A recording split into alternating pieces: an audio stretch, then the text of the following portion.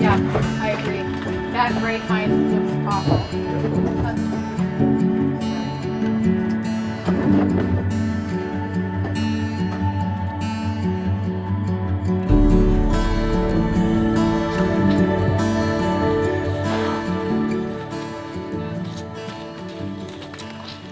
Captain was a really, really heartbreaking case. He came in through our buyout program in July 23rd, and we immediately targeted him right when he came off the trailer because his right front leg was very badly misshapen and he was very, very uncomfortable.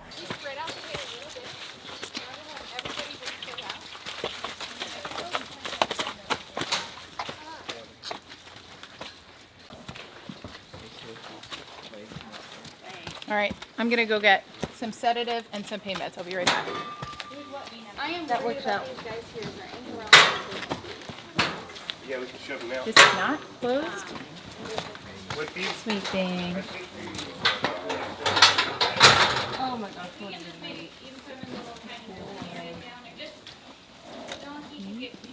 Okay. Thank you, Bobby.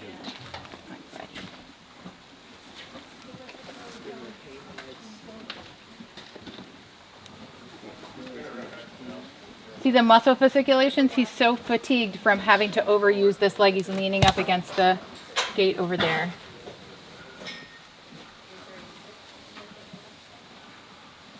How old do you think this injury is? This one? Probably years old.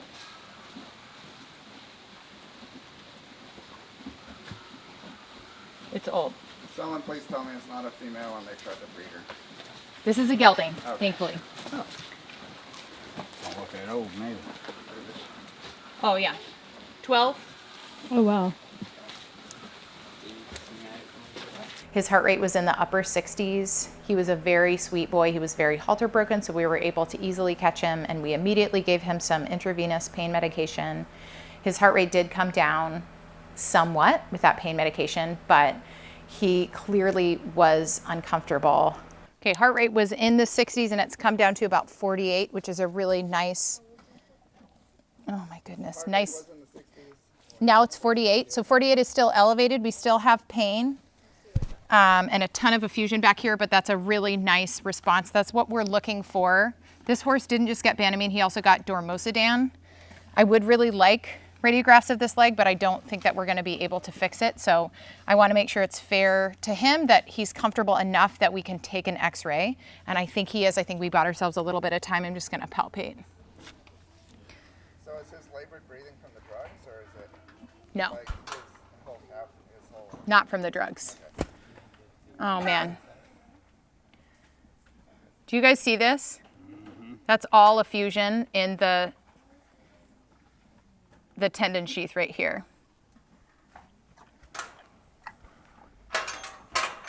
And look at the muscle atrophy.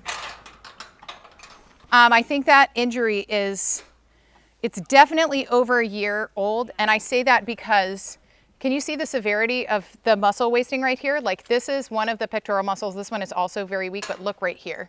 I mean, there's not even a muscle there. And then it takes a lot of time. Wolff's Law, bones remodel in response to the forces put on them. So this is all bony right here. We're gonna radiograph it, but that much of a bony callus formation takes a ton of time. So it looks like Dr. Gina is ready.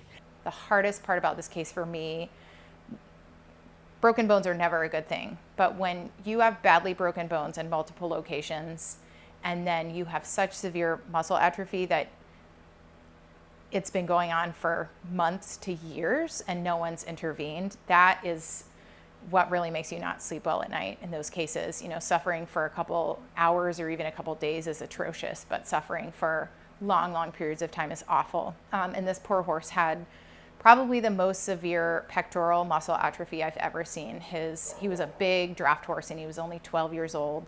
And his, normally the pectorals are kind of shaped like this, and the pectoral on his right side was concave all the way to his chest wall. You could feel his thorax up here. And the leg was kind of held out at a very unnatural angle. I don't know if I'm gonna get a good picture. I'll try. Can't see anything from that angle. Nope. From this way. Yeah. Have we come down here yet? No. We were starting from the top and going down. Okay. Sorry, baby.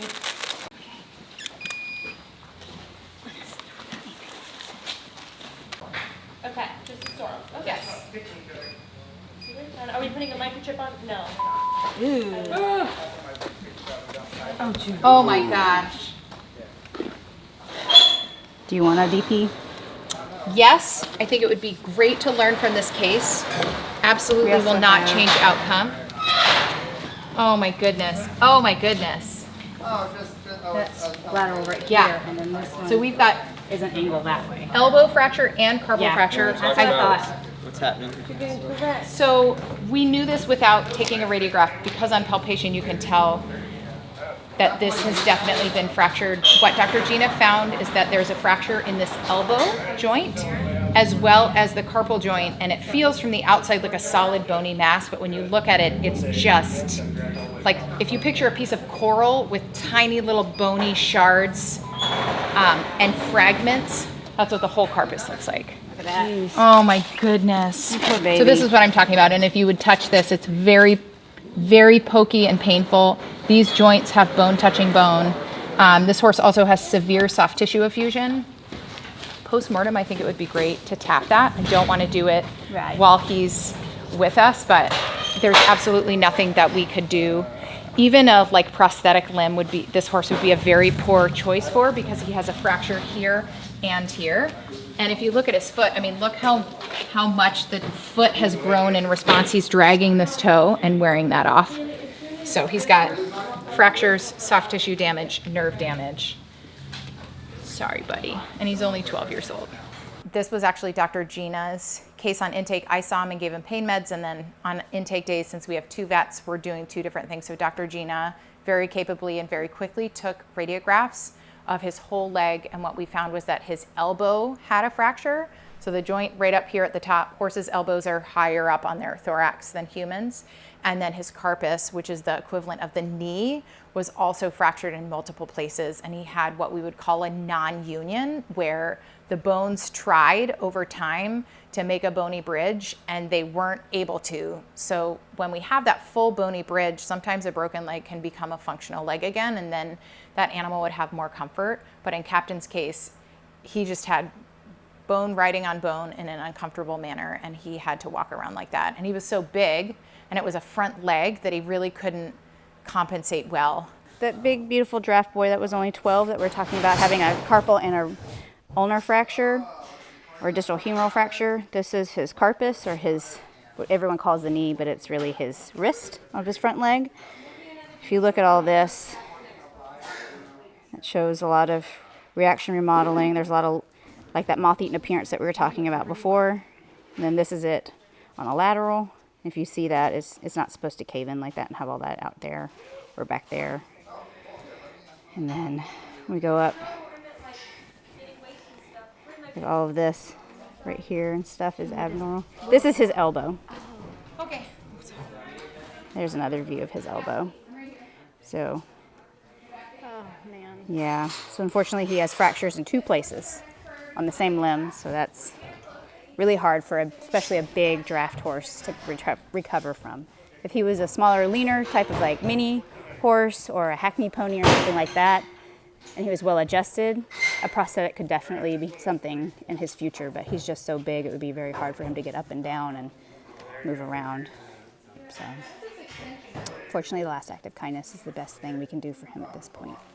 It was really heartbreaking when he was with us. He was trying to lean his body on the fence, and you could tell that he leaned his head on our horse handler, and he was doing anything that he could to try to get weight off and alleviate weight. So he was given the last act of kindness with us.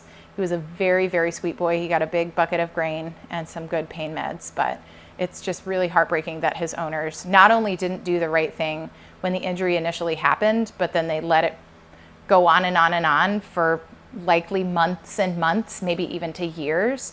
And then, even then, they didn't do the right thing. They dumped him into the slaughter pipeline, and he would have had to be in a trailer for days and then die in a very unhumane manner. I don't like the thought of a non-medical dispatch of life, but it is just absolutely inexcusable. If you see a horse with a flopping broken leg, surely a neighbor or a kid or somebody in the length of time that this horse had this injury saw this horse. They didn't report it. They didn't do anything about it.